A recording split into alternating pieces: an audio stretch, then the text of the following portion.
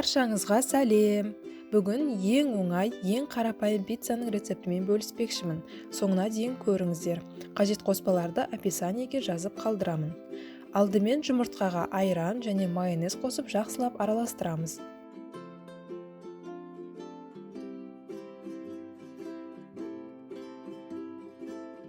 Сосын ұнымызды қосамыз.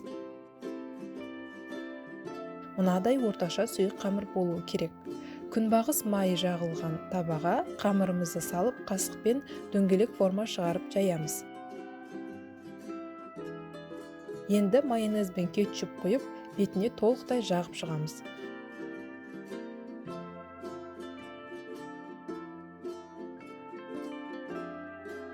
Содан соң жұқа етіп туралған қызанақтарымызды қоямыз.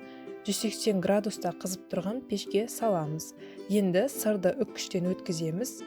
15 минуттай уақыт өткен кезде пиццамыз кішкене қызып, көтеріле бастағанда сырды салып, ары қарай пешке салып піскенінше күтеміз. Барлық уақытты шамамен 30 минутта пиццамыз дайын болып шығады.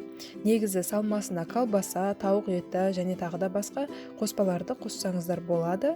Мен ең қарапайым рецептін көрсеттім. Пиццамыз дайын, қамыры жұмсақ, өте дәмді болып шықты. Жасап көріңіздер. Сіздермен бірге болған Айнура. Рецептім ұнаса каналыма тіркеліп, мені қолдап, лайк басып, пікір қалдыруды ұмытпаңыздар. Назарларыңызға рахмет.